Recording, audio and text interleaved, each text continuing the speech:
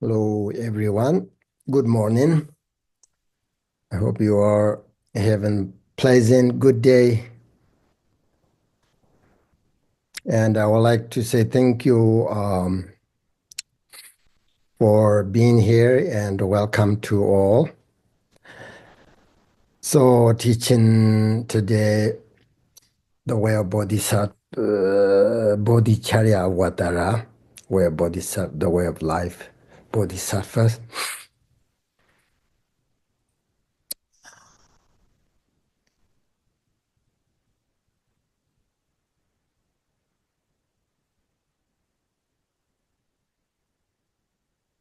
We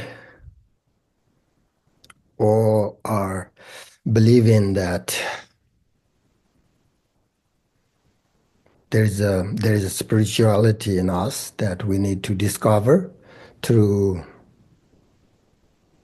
Buddhist teachings and practices. As Buddha taught that the way to free the mind from unhappiness or suffering is only through training, practice, meditation. So I'm here giving teachings on the Bodhisattva's way of life. And my motivation is I want you to practice bodhicitta. Bodhicitta is about how to live and understand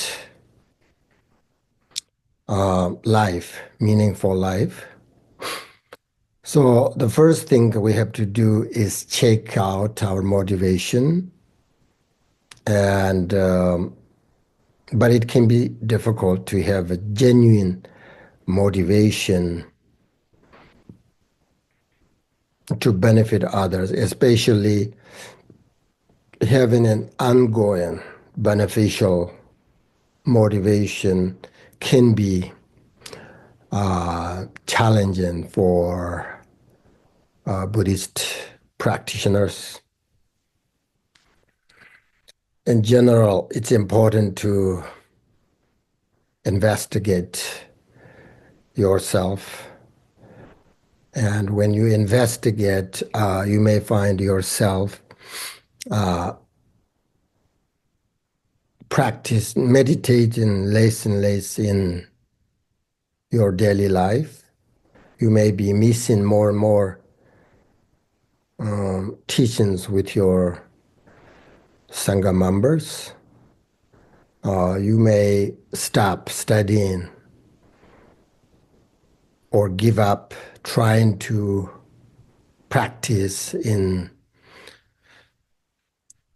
your normal life, your daily life. So it's important to check your commitment, your goal is, and your motivation is all the time. And it's important to recognize this really precious life you have and appreciate all the methods and instructions you use in Buddhism. So as a Buddhist practitioner, you need to put in more effort if you really want to develop your practice and generate bodhicitta in your life before you die. And the words of my perfect teachers say how to practice Buddhism is to regard ourselves as a sick person, right? That means Buddha as a doctor, the Buddha's teaching as the medicine. So you enter into the practice of Buddhism with a recognition of I have problems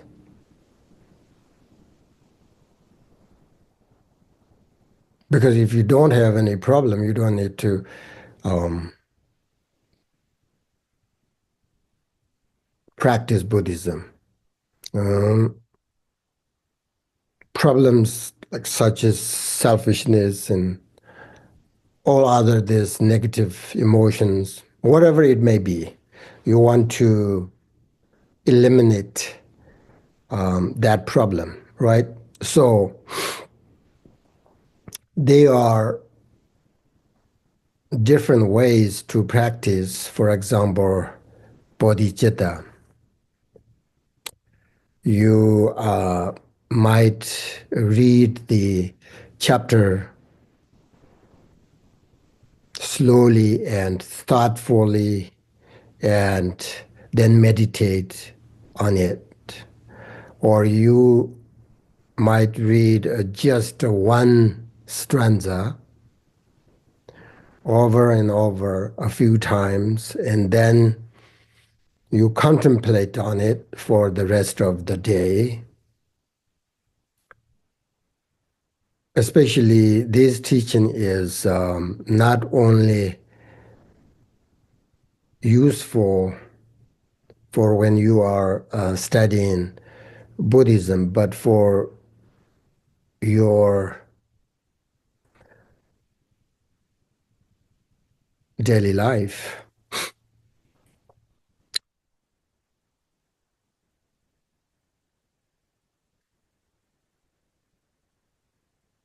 So you can learn how not to suffer, which is through training the mind. And the way our mind create suffering is, as Shantideva said, all beings wish to avoid suffering, but they actually chase after suffering. All beings want to be happy, but out of ignorance, they destroy their own happiness. Remember this stanza? We may unintentionally chase after suffering because lack of understanding of the uh, causes of happiness.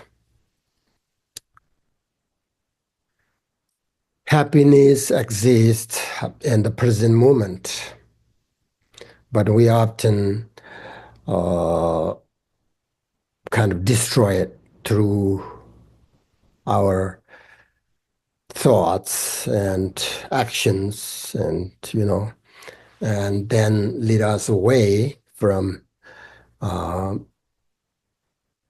this present moment, peace and contentment and all that. Life is constantly changing, yet we often resist this change due to attachment or fear or other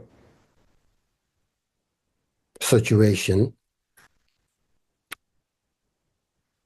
So to stop destroying our own peace and happiness, we can practice bodhicitta, be aware of how our thoughts and actions impact our emotions,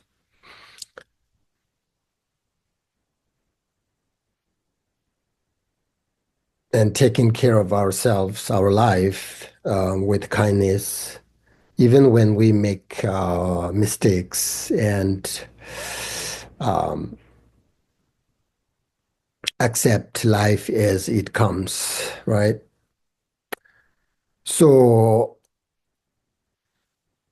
what I'm trying to say is it's very important to aware and whatever you are doing and your actions, and just to think about your motivations. And life is constantly changing. I think that's very important to recognize. not at the when you hear the teachings, but in your daily life. So important. Now I'm going to pick up where I left off last class, which is 32nd stanza. Um, it says, Dagna dikpa maafshan war ngondungam baran jirtan deling itar war nyirwitzar up the soul before my negativity has been purified. It may be that my death will come to me. How then can I be freed from it? So I pray now, quickly grant me your protection.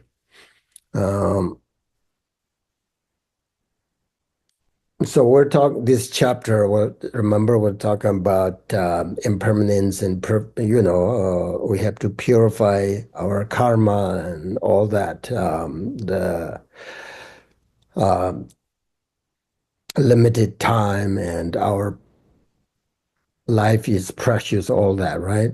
As you know, the great yogi Milarepa left his home after he harmed those people in his village.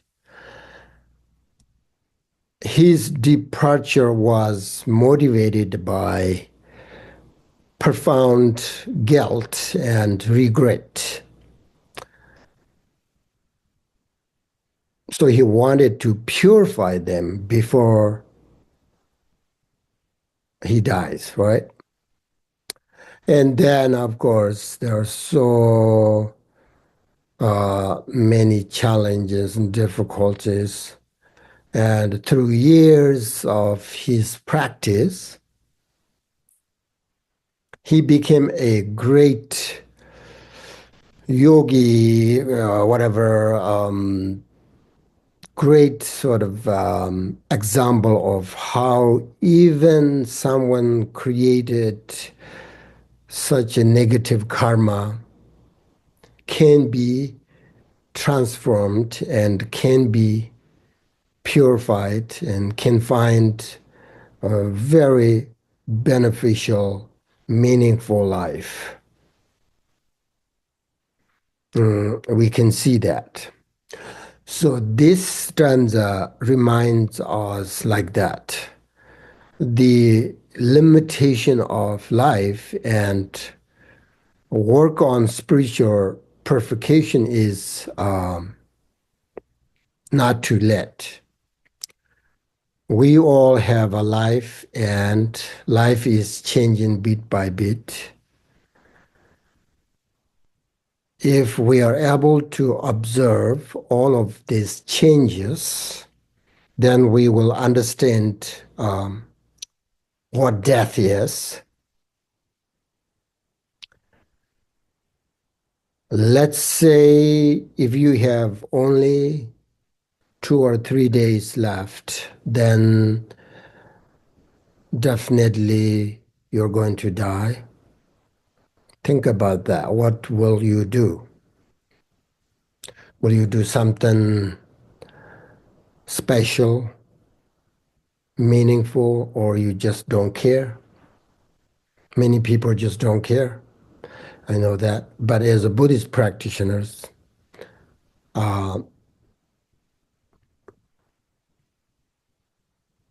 if you have only 3 days of life, you recognize you have this precious human birth and life, but now you know you have only 3 days. Would you be aware of your time like 24 hours, like constantly, and be mindful of all your actions, physical, verbal, mental actions? Or would you think those 3 days are so precious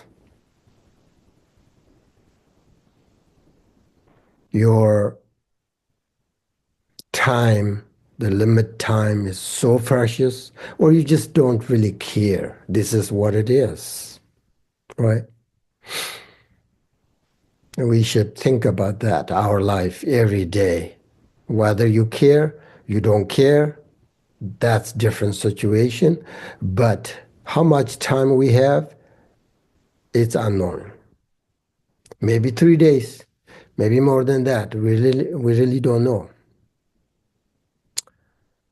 The impermanence of life is like that. So we never know how much time we have. But usually we don't think about it sort of deeply enough. Even though you hear million times when I teach like this, impermanence, bodhicitta, all this precious life, all this. Shantideva encouraged us the reason why we should confess our negative karma quickly is because the uncertainty of death.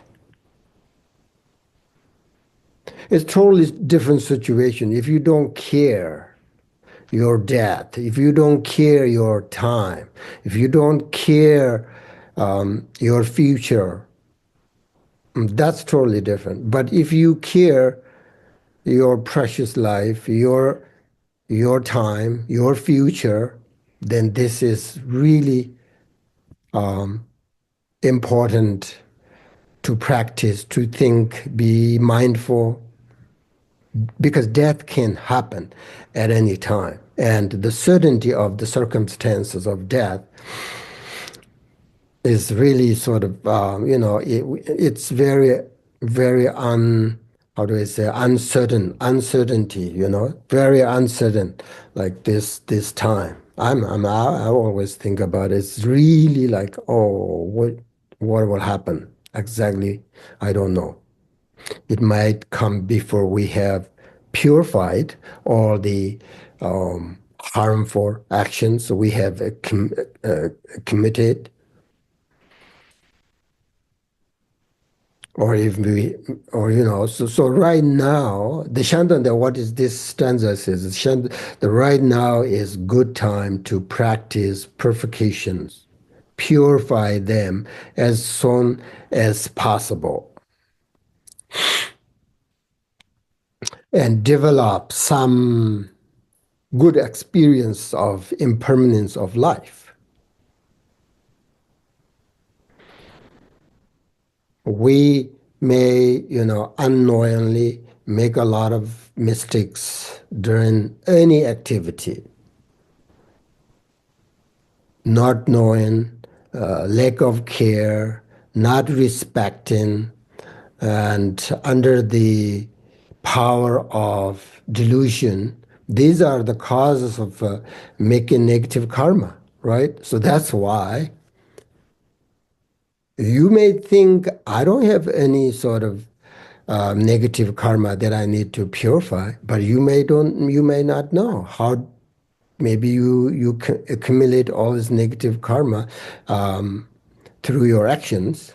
Most like mental action is really strong, and we always like put ourselves first and don't care others. So I'm 100% sure each and every each of us, need to purify. Even though you think I'm not a bad person, I'm not. I'm pure. That's maybe not true. So we have to think about purification practice. Otherwise, we are going to lose this great opportunity to purify negative karma before we die. When I investigate my own mind in order to see how much I am attached to this worldly life, it's so strong, right? It's powerful. And when I look at myself, my emotions and thoughts, to see how I'm doing with my practice, sometimes I don't see there is any improvement. That's why I always say, like, it takes time. Sometimes I can see, oh, I can do this. It's getting better. So it's very helpful reflecting on my life and practice. It allows me to analyze my practice and set clear kind of goals and commitment and eliminate distractions, make improvements, make commitments, and recognize all these great opportunities.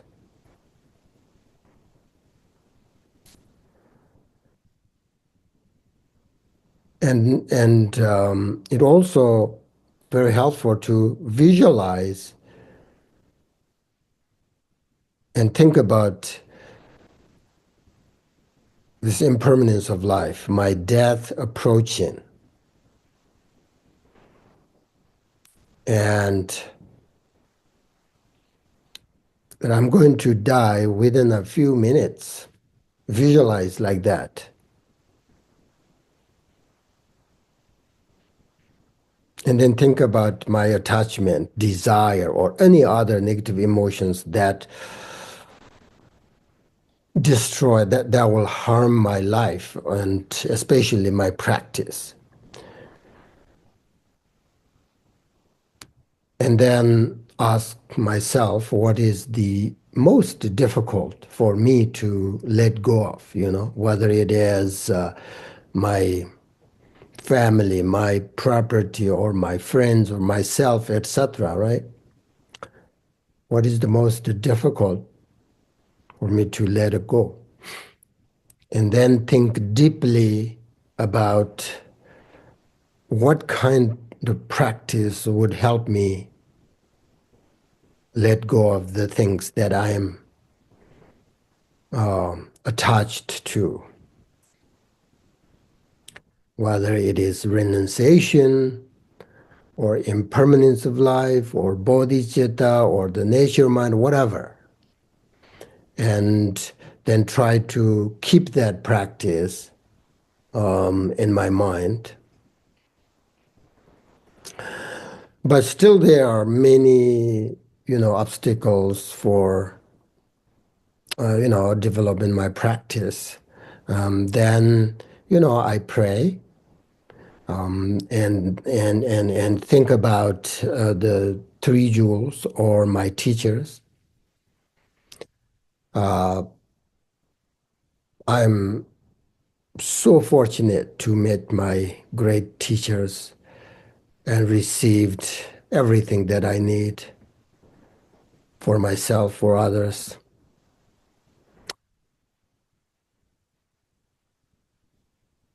So that's what I do when I have obstacles with my practice. So this 30-second stanza talks about the recognition of negative karma and regret out of fear that we may die while we still possess the negative karma and so on.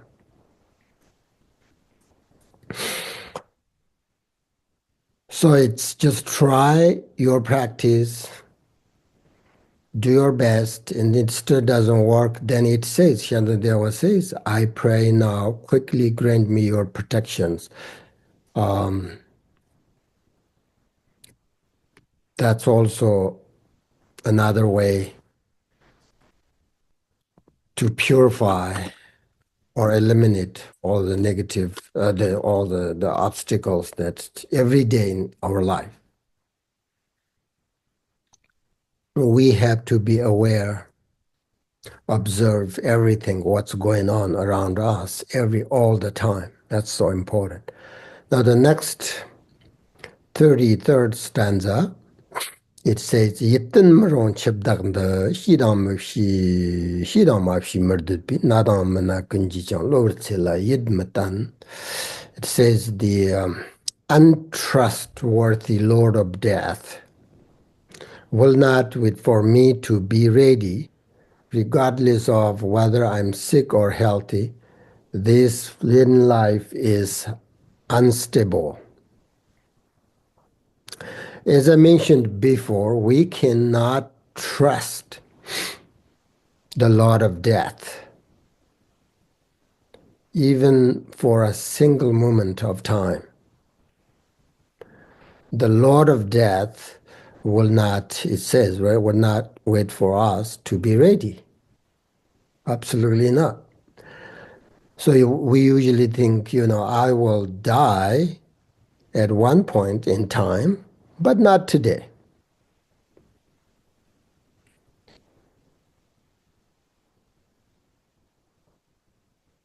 Intellectually, we know that death is inevitable. Intellectually, we know that, but we often sort of push it into sort of distant further, believing it won't happen today.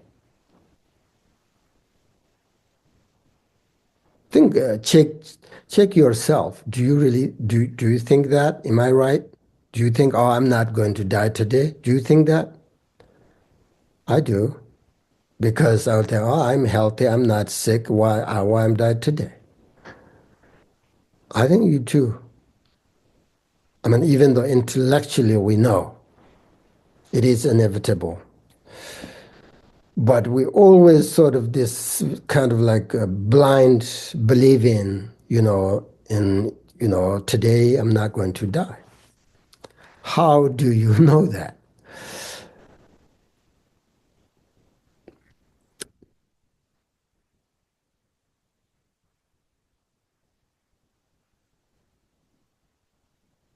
Because we do that, the thought of death brings uncertainty and fear. So ordinary people often avoid thinking about it. I think that's the reason, right? So from a spiritual perspective, they encourage mindfulness of death, not as a source of fear, uncomfortableness, but as a motivator to live meaningfully. So it's helpful to recognize that every day is precious because life is uncertain. So these stanza, this awareness does not mean the awareness of, the mindfulness of death. It doesn't mean living in a fear, but cultivating gratitude for the present moment and the opportunities we have right now. So it says here, the Lord of Death absolutely will not give us time for whether we have finished purifying ourselves or not. So when death comes, we have to be ready for it. So it's important to acknowledge the reality of death and to use it as a reminder to live fully and meaningfully. Therefore, Shantideva says here we should feel no certainty about our lives, and we should quickly purify our negative karma. Because the Lord of Death, this is untrustworthy Lord of Death. So therefore, it is very unstable. So we should be mindful of our life every single moment, you know. And then now the next 34th stanza, it says, Tamche wardi chigu par dakitertar mashi bin zadang mumzi don jishir dikpa namba natsokshi. It says, when we go, Tamche wardi chigu, so we must leave everything behind, yet without understanding this, I committed various kinds of non-virtue for the sake of my friends and enemies. This stanza reflects a deep realization about worldly attachment and the harm caused by ignorance or lack of awareness about the impermanent nature of life. So first we need to contemplate all different kinds of non-virtuous actions we have committed for the sake of our friends or enemies. Shantideva mentioned here, right?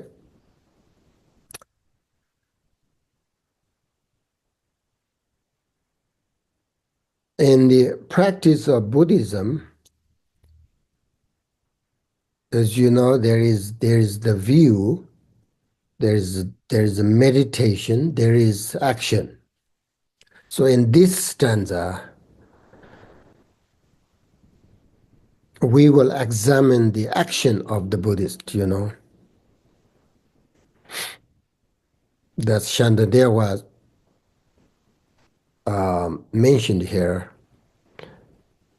It says, I committed different kinds of non-virtues for the sake of my friends or enemies. So it's action. It's about action. So the action, when we talk about action, there are the negative actions. That's what non-virtuous negative actions. These actions are actions that lead to more suffering. So we have to avoid these actions because they are harmful to ourselves and others. So, of course, you know, there's 10 negative actions, right? These 10 actions are divided into 3 levels of negative actions: physical, verbal, mental level, right? So there are 3 physical negative actions. You have to understand these things, right? What are the 10 negative actions? Do you memorize already? So these are there. There are 3 physical negative actions. There are 4 verbal negative actions, and there are 3 mental negative actions. According to the teachings, for each of these negative actions to be completed, there have to be 4 factors present to make the action totally negative. So there has to be the object of the action, motivation, the actual action itself, and then the action has to be completed. So therefore, for example, killing, you know, there must be the actual object or being who will be killed. It can be any kind of living being, from a small insect or a large animals, whatever. It must be a being capable of experiencing sufferings. So, for an act of killing to be a completely negative act, the act must be against a living being who has a mind or who are capable of experiencing suffering. That is the object of the action. I'm just giving you, pick one example, like killing, right? And then the second is intention. That is, one must have the motivation to harm that being. If I kill this being, then I will have whatever food, clothing, pleasure, enjoyment, whatever. So intentionally kill that being, or you can kill through the motivation of ignorance, such as, sacrificing an animal for religious reasons or whatever, but it doesn't matter from the Buddhist point of view, it's negative. A motivation, your intention. And then the third factor is the action itself, right? This means that there is the actual act of killing someone, whether done by ourselves or done according to your wishes or encouraging others to do it.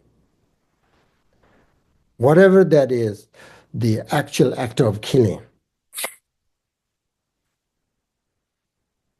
Either you or you encouraging others to do it, whatever. Then the fourth factor is the completed action. That means for the act of killing, the being must die as a result of your action. So you might have the intention and you might carry out the action, but for some reason, if you could not actually kill the being, then it doesn't count as a real act of killing, according to Buddhism. So if one of these four factors is missing, then it doesn't count as a real act of killing or lying or other negative actions like this, so whatever. So we have to think about these things, right? These actions. So if you harm somebody or kill somebody, uh, um, these four sort of kind of factors, then it's really negative. And we have this think about not only just to think about killing, but all other negative, 10 negative actions. So I think we have done all these kind of negative actions. That is why Shantideva says we committed all kinds of non-virtue for the sake of either for our friends or in enemies. So that's why we have to acknowledge and remember all these negative actions we committed. And finally, we regret that we developed all these negative actions throughout our lives.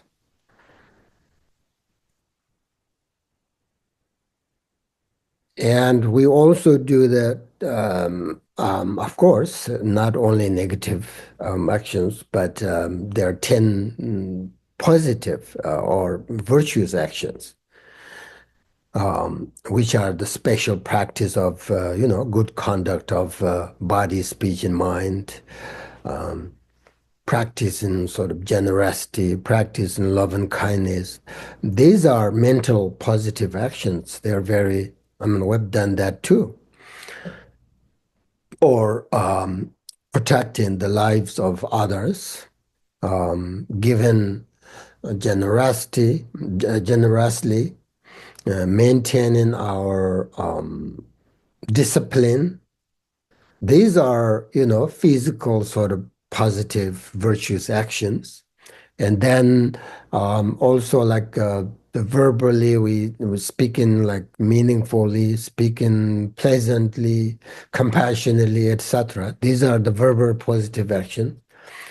So these are special practice of good conduct, especially like lay people or Buddhist beginner sort of practitioners.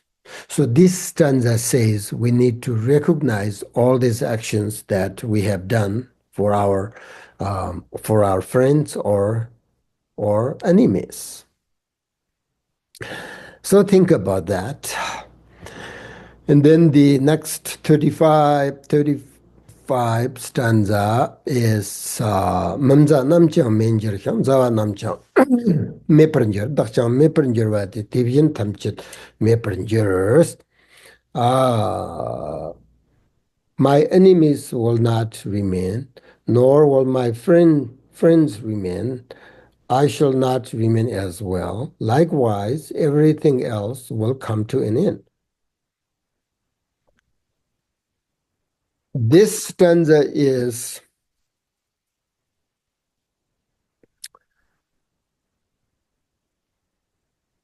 a profound reflection on, again, impermanence, on all relationships and life itself and friends or whatever. So it's again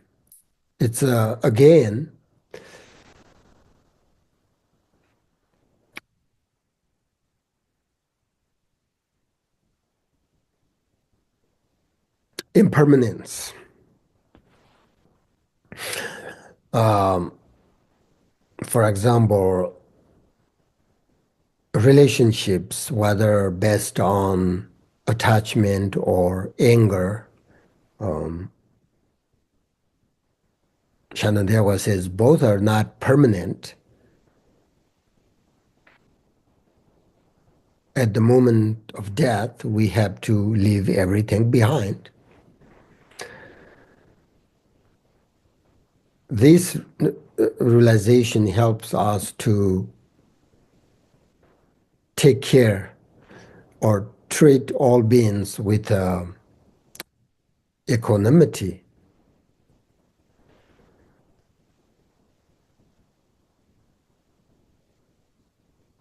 If you consider yourself as a Buddhist practitioner, this is what we need to understand. It is the right view that determines our motivation and action. Is the view that guides you on the correct path of Buddhism, and the correct view comes from the wisdom.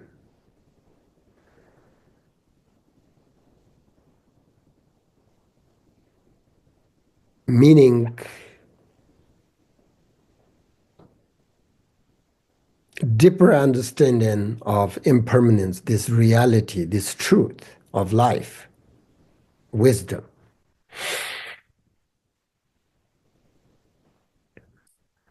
And with the correct view or wisdom, you are able to meditate, and through meditation, you will be able to develop positive actions. So teachers have said that if you cannot accept everything in this world is impermanent, then you are not practicing Buddhism. And the Buddhist teachings say that all our experience and everything changes from moment to moment and will come to an end. Therefore, Shantideva said, committing negative actions for ourselves, others, sake is pointless, meaningless. So living your life meaningfully and your actions benefit everyone is, how do you say, what Buddhist practitioners sort of responsibility, right? So we have to sort of really, today this teaching, all these stanzas talks about impermanence of life. Now the next 36th stanza, Malam nyam sinyo wajan upo kanda kamchit ba dede tambir danjir diba tamchin tongmanjir. Whatever things I possess and you, just like an experience in a dream, they are soon nothing but some memory. And everything that has passed will not be seen again. So as you see, in all these stanzas, Shantideva talks about impermanence and death.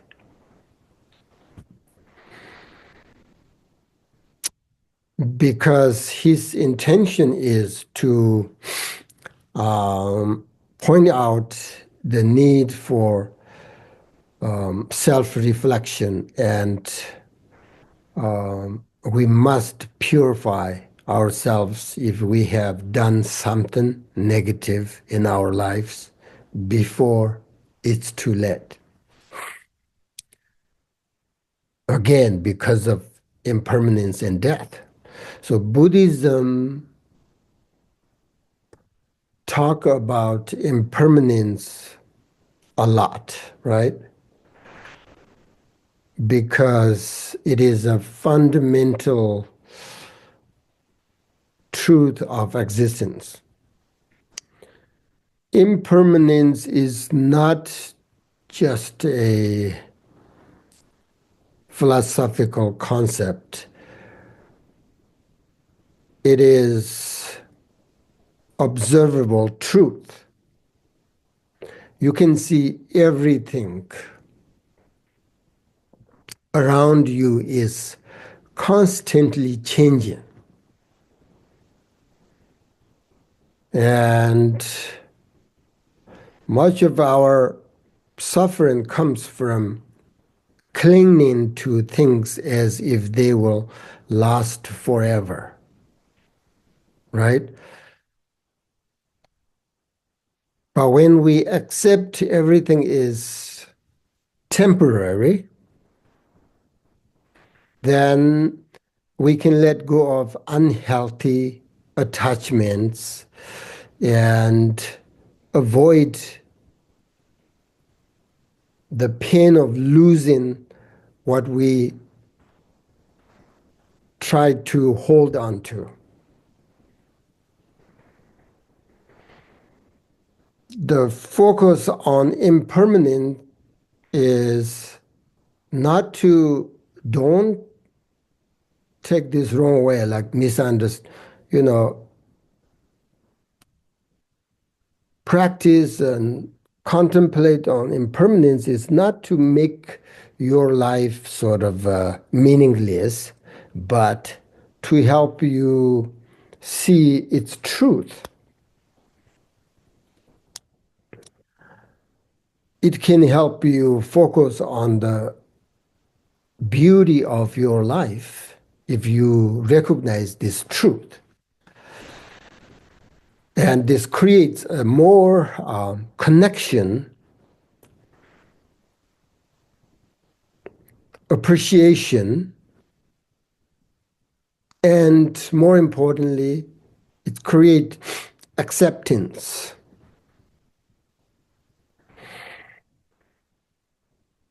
So you have experienced so many things throughout your life, like since your birth, but all of them, think about now, all of them are no longer here, and you can't do anything about it. It's just like Shantideva says, like experience in a dream.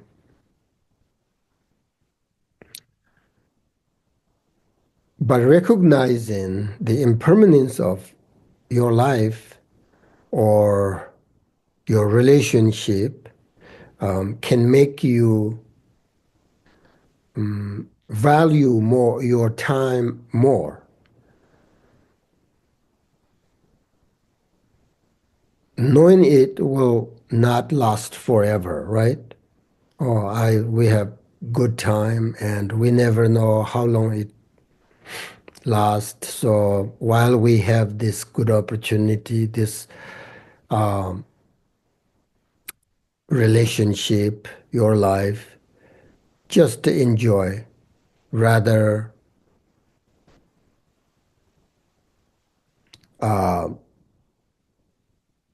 bring all this unhappiness and frustrations and all that kind of things. If you recognize this, the impermanence of your life, impermanence of your whatever, everything, relationships, it can make you really valuable. And you know, so this kind of perspective helps you focus on what truly matters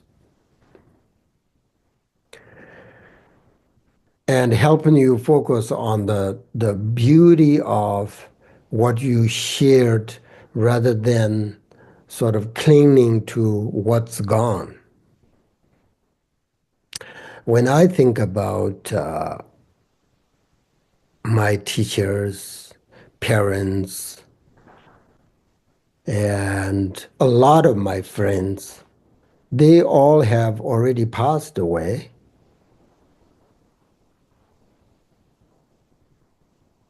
And that means what I have now is just these memories of them.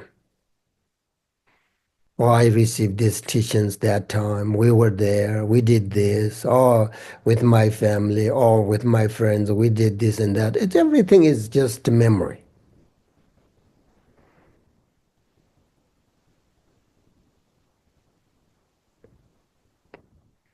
But it doesn't, like, that's impermanence, right?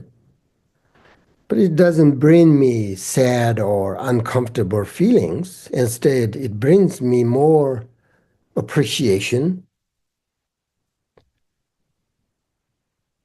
um, the recognition of like how wonderful time and have this opportunity, meet them, giving, taking, receiving, helping each other, all that sort of like more, it brings me more appreciation, even though I'm thinking about somebody who is so important in my life. It doesn't bring me like uncomfortable feeling. It brings me acceptance, you know. That is the beauty of understand the impermanence. And then it's also brings me like awareness. Oh, I'm almost there. So I have to be, you know, ready to go. Which means without any sort of clinging to this life and attachment, whatever makes me easy to let go. This is the truth. This is the truth of our life. So therefore, we should make sure from this moment on, and time again, that we will practice the Dharma.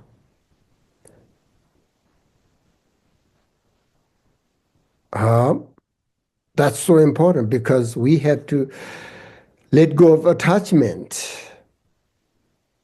In order to let go of attachment, that's only through practice, through training our mind and understanding the meaning of attachment. That Dharma explains very well.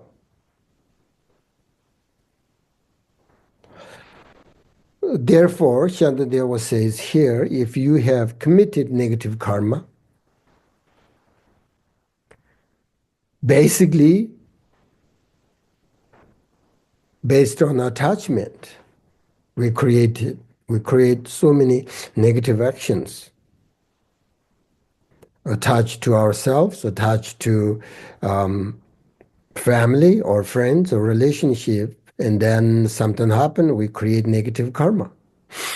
So we need to purify that before it's too late. So we should meditate on everything is impermanent. And in Buddhism, we have fewer desires, more acceptance. Then we should contemplate on why we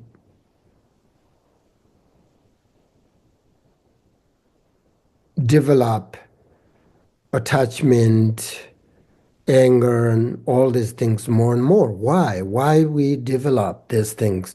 And develop means like we create this strong habit in our head about attachment, anger, just always like whenever somebody says, and then we just either we attach to it or all this, we just can't just let go, right?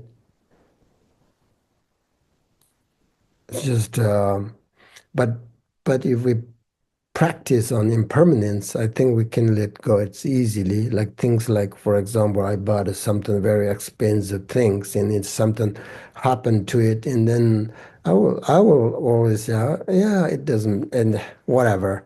It's impermanent, right? I mean, there's rather like, oh, it's this attachment, and it's just so strong. We create these bad habits and develop each and every like moment in our daily life. We create this attachment, anger, jealousy, all this. So you have to keep this teaching in your mind. Don't never think, oh, again, think about these teachings, these stanzas, all the stanza talks about impermanence and death and all these unpleasant things. It's not unpleasant. It's a very pleasant thing that if you want a wonderful, meaningful life, you have to understand this truth.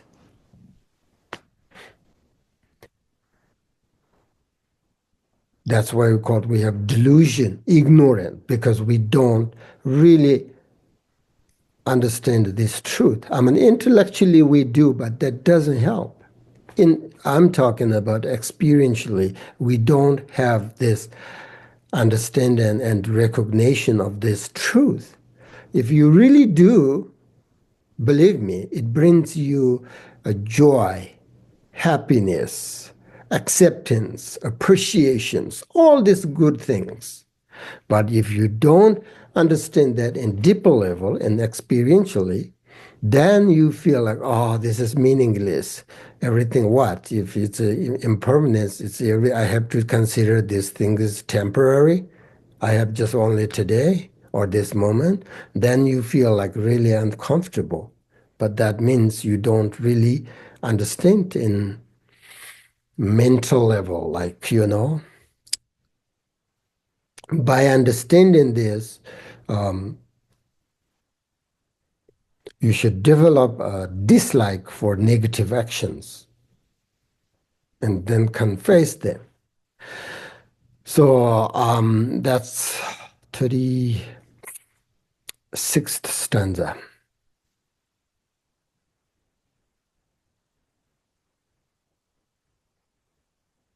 Okay, stop there and meditate on impermanent. Absolutely necessary. Meditate impermanent if you want to practice. If you don't want practice, then of course not. But this is the key. This is the foundation. Meditate on impermanent is a very powerful way to cultivate awareness of the nature of life and the best way to reduce attachment or eliminate jealousy, anger. That's the reason, right? That's the reason why we need to practice impermanent, because it's powerful if you want to cultivate awareness of your nature life. So sit in a comfortable and try to relax as usual, and then you, of course, take a few deep breaths to calm your body and settle your mind. So focus on the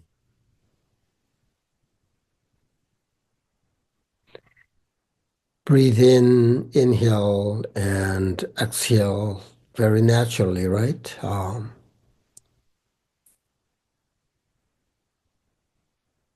This is also a reminder, like when you breathe in, breathe out, it's constantly changing.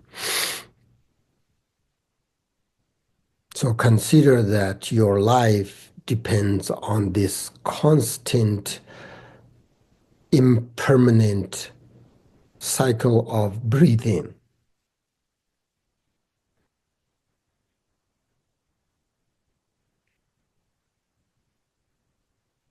So take few deep breathing out in. This is a method for Buddhist practitioner. It makes your body and mind relax and calm.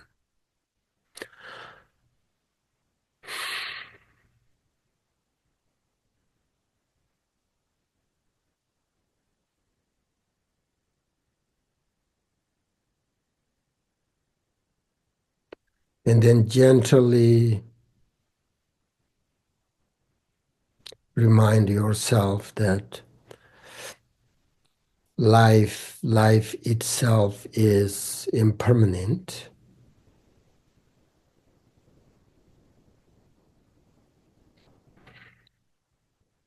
Reflect on your body,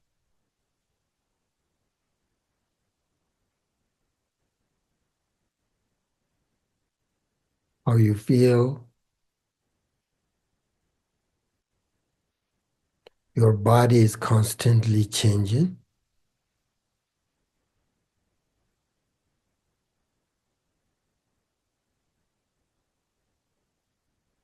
and your body will eventually grow old, and then, of course, pass away, just like all other living beings.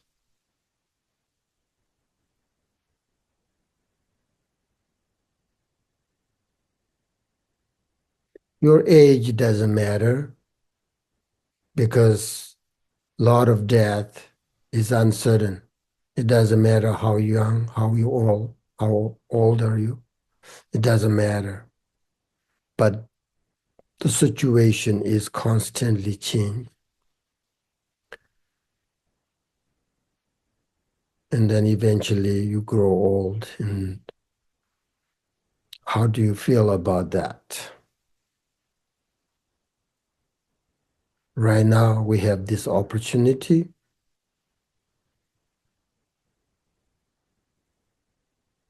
So reflect on your body like that. Can you see, is there any attachment to your own body?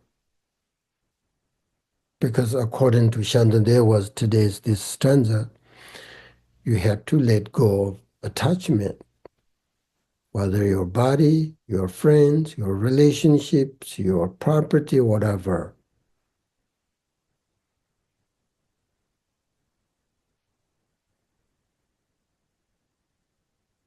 If there is a strong attachment to your body, let go of that.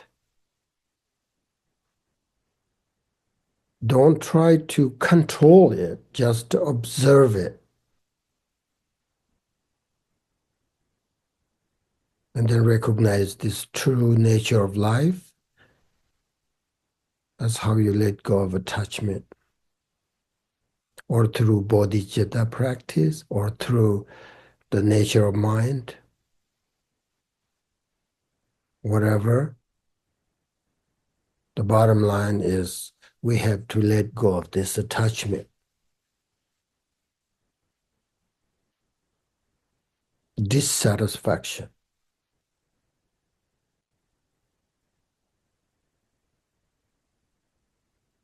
So reflect on your body.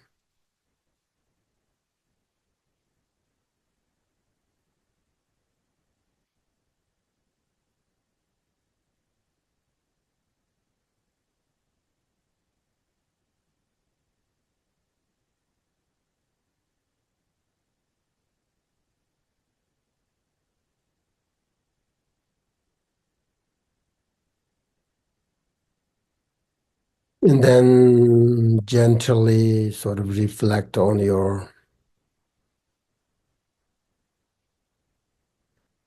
past struggles, like difficulties, if you have one, your experiences, your emotions,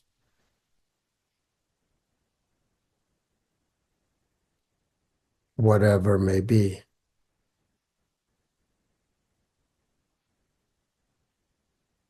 And recognize that they are now nothing but just the memories.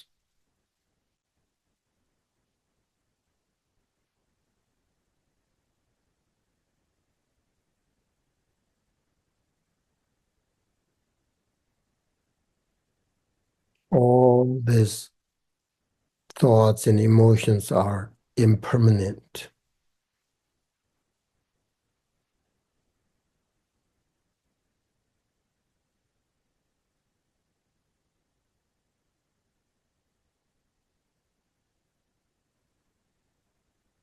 And then tell yourself why you still keep them in your mind and make yourself feel bad or uncomfortable, because they are now nothing. It's just a memory. Why you still keep them in your mind? Everything is temporary and they all pass and gone. Nothing is there.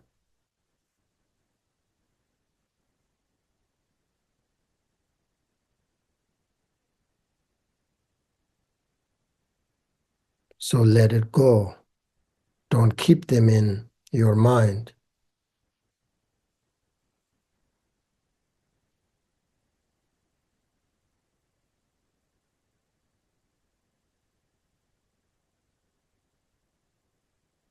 Let it go.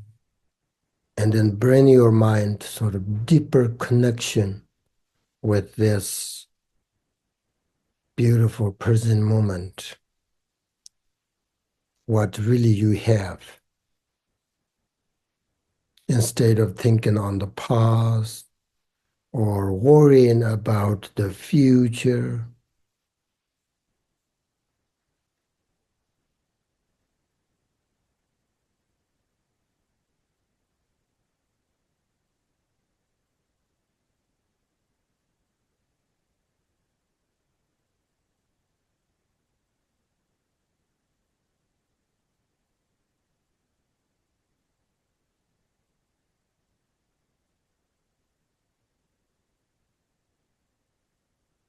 So allow yourself to simply be with the understanding of impermanence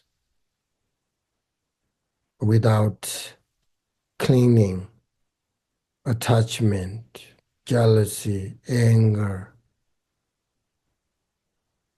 confusion.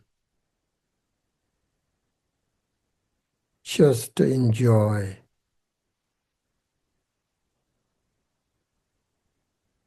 bring this connection with this moment of your life.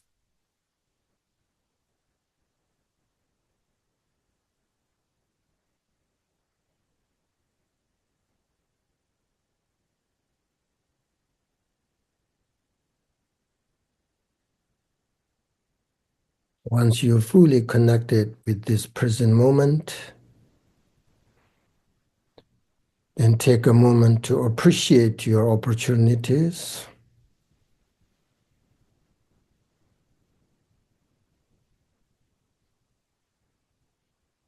Say that I'm so fortunate to have all these freedoms and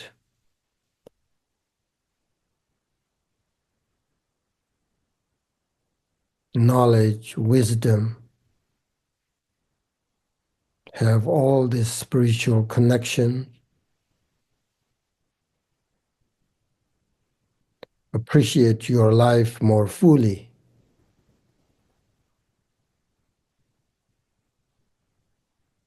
rather than blame on yourself or your friends.